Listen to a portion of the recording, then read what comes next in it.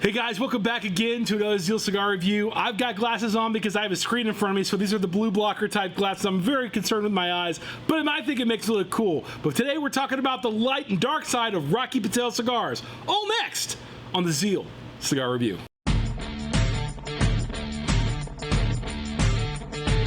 Judging by those glasses you had on that actually are real, I don't think you should be too concerned about saving your eyes. I have eye problems, man. Just because you have perfect vision. You better get that LASIK, bro. No way, dude. I'm not getting LASIK. I can't have anything in my eyes, man. That's terrible. My grandparents used to have to hold me down to put eye drops in. Nope, not me. Well, I'll tell you what's not fake, other than these glasses. We are smoking two authentic Rocky Patel cigars today, and we have the very light side of him, and we have the darker side of him. So tell me what you're smoking, JB. This is the vintage 1992. I don't know if I've actually ever smoked this, to be honest. You always smoked the 90s. Yeah. Well, the 1990 was the first cigar I ever smoked. Right. Yours too, right? Yeah, mine too. Yeah. So another way that we've been connected through our past. But from what I understand, this is a 10-year aged Ecuadorian Sumatran wrapper. Ooh, it does sound good. I'm smoking Rocky Patel's ever famous 1999 vintage Connecticut. This is your standard first time smoke-approved cigar. I already had two cigars today. This is my third cigar. So I make sure that I go with something light versus something strong, because I've had everything from, it's my fourth cigar. Okay, I've had everything from like light all the way to strong, and we got some good stuff possibly coming in. Hey, JB?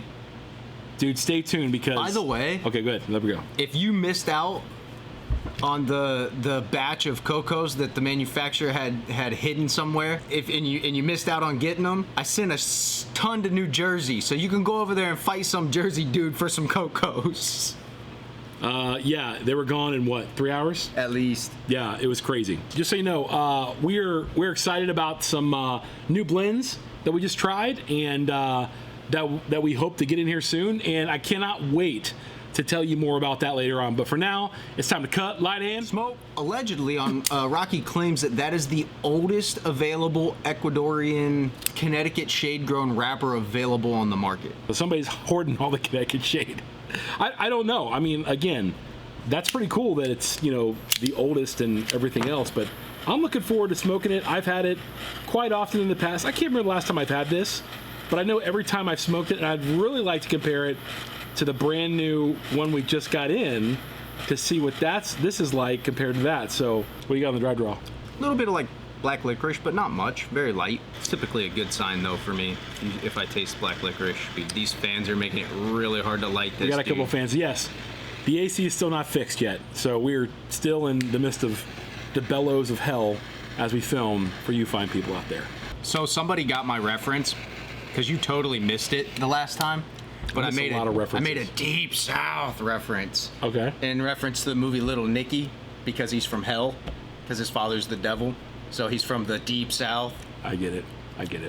Okay. And somebody caught it. But in the video, I even went like this because it went over your head. I was like, and you were oblivious. I don't get that stuff half the time. I make fun of you a lot, and I don't think you catch it. Thanks, man. I appreciate that, bro. It's gonna go back and watch for all the videos just to see where I make fun of them. I don't care. I don't care. Really, really woodsy and nutty. I don't taste sweetness yet. I'll be honest. I got some pepper on this one. When people light that up in the lounge and there's nothing else burning, I hate the way it smells. Do you really? Yeah, it's really musky and dirty when somebody first lights it up. Okay. After a minute, it goes away, but at first light, that's a stanky one in the. Well, people love this cigar. Oh yeah, people buy it like crazy. So I'm really curious to smoke it again and give it a fair review and everything else like that. I think the MSRP is somewhere between $9 and $11, if I'm correct. Yeah, I get into it. It's creamy, a little bit of slight pepper, but that's just on the front part. Really woodsy and a tad nutty. Little bit of musk in there, not a ton, just a little bit of Elon Musk in there. So it tastes like a reptilian. Man, you and Alex Jones should have like a podcast. That'd be amazing. They're making the frogs gay. You seen that one? I don't like them putting chemicals in the water that turn the friggin' frogs gay. Do you understand that? Turn the friggin' frogs gay. Serious crap. Gay. Frogs, friggin' frogs. It's not funny. Tell me you've seen that. They're making the frogs gay. That dude's nuts, man. He's crazy. Even people that are like deep dark rabbit holes are like, dude, I don't know if I mess with Alex Jones, dude. He's a smart guy. He's a really, really smart guy. But you either believe in like the reptilian stuff that he talks about, a lot of you don't. So it's like, it's a really weird. So what do you think? I mean, just by nature of the fact, I don't even know if it's going to make it in the video, but what do you think about Congress? Was it next week or the end of July? By July, I think it's 25th or something like that. They're going to let the reptilians out? Where are we going with this? They're going to talk about UFOs, and they have states witnesses coming that were former, high up FBI guys coming in and literally testifying to Congress about what they know. What do you think about that? It's on the Naval Intelligence documents. Mm-hmm. We talk about it a lot more on the podcast. We talk about it a ton on the podcast. And there's did we mention we have a podcast? There's definitely some good theories for that. Conspiracy theories aside, tell me where you're at in your cigar and what you think about it at the very first beginning.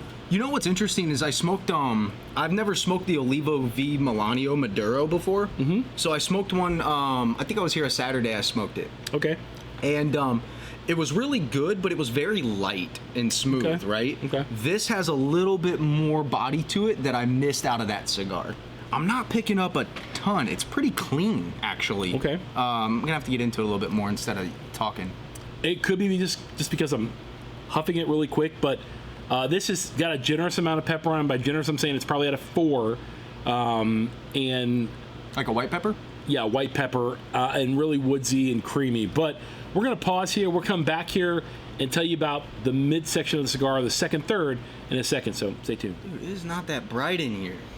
This cigar is light and bright. I would absolutely tell you this cigar is really, really nice.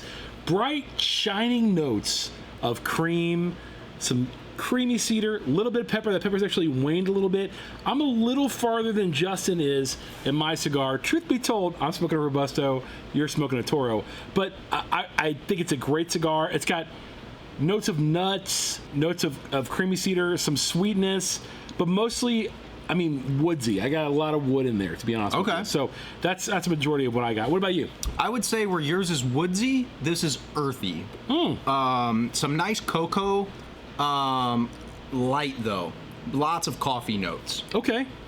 Lots of creamy, smooth, earthy coffee notes. It's got a little bit more complexity to it than like I said, than like the Melanio did. I think I like this more than I like that, to be honest. Okay. It's not as full bodied as I thought it was gonna be. Okay. It's actually, I would say, just tipping the scale into the full body. Oh, okay. So just tipping the scale, not really full bodied, not a lot of pepper in there and so on and so forth. Okay. No, it's a very smooth, tasty smoke. Doesn't change a whole lot. Okay. My final thoughts on this one is that it's not your average Connecticut.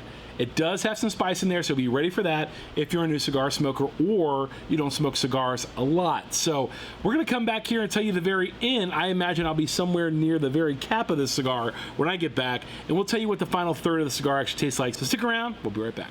All right, guys. Hey, we're back. Just so you know, we're at the very end. I'm smoking the PATEL Robusto Vintage 1999. JB, what are you smoking? The Vintage 92. 92.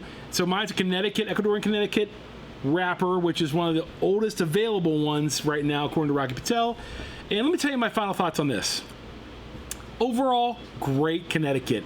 Very woodsy. That pepper stays throughout the whole thing. I was waiting for it to wean off. It weans off at certain points in the cigar, but is pronounced and stays there the whole time in the cigar. I also will say the majority note that I got out of the cigar was kind of a mixture of woods and nuts all the way through. Some creaminess, some like sweetness on there, but overall, decent cigar for Connecticut. What about you? Stays pretty consistent. I'd say the best experience is right in the middle. It's really smooth and creamy through the middle. Okay. Does get a little bit more fuller bodied towards the end. Little bit less creamy. A lot more earthy, a lot more rich earthy coffee notes. Sure. Little bit stronger at the end. Definitely my favorite part of it was definitely the second third. Lots of cream on the second. Okay. That's real smooth. What's the MSRP of that cigar? I would imagine probably like $12. Yeah, somewhere between like $10 to $12. What is your value score, JB, for that price point on that cigar? Ooh, I wasn't even thinking about that yet. 7. Oh, 7. 7. Okay. 7. 7. Okay. So that's one of the lower scores you've given recently. Why so? Well, I mean, when you think about that cigar we just smoked, like the Y Panda, El Premier Mundo, they're little bit more expensive, but lots more flavor. Right. It's not a bad cigar. It's really good. Okay. But I would probably prefer to smoke a few other ones.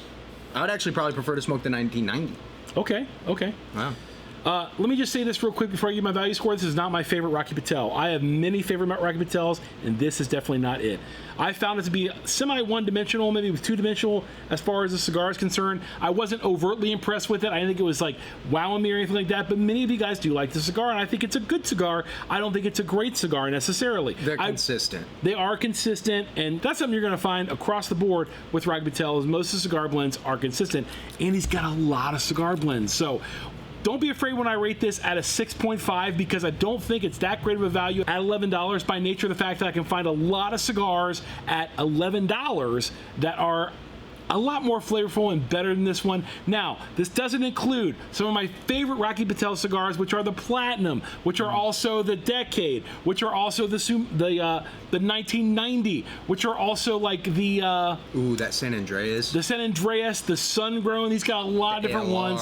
I just want to give you an idea from light to dark on Rocky Patel and what we thought the value of that was. For the value of price of about $11 for this cigar, or $9 to $11, I think you can find a lot more cigars that are premium at that price range that probably could deliver a bit more flavor. So, but we're not you. So drop a comment below and let us know what you think about these two cigars below. And for the Zeal Cigar Review, he's JB, I'm Bradley, and we're out of here like last year.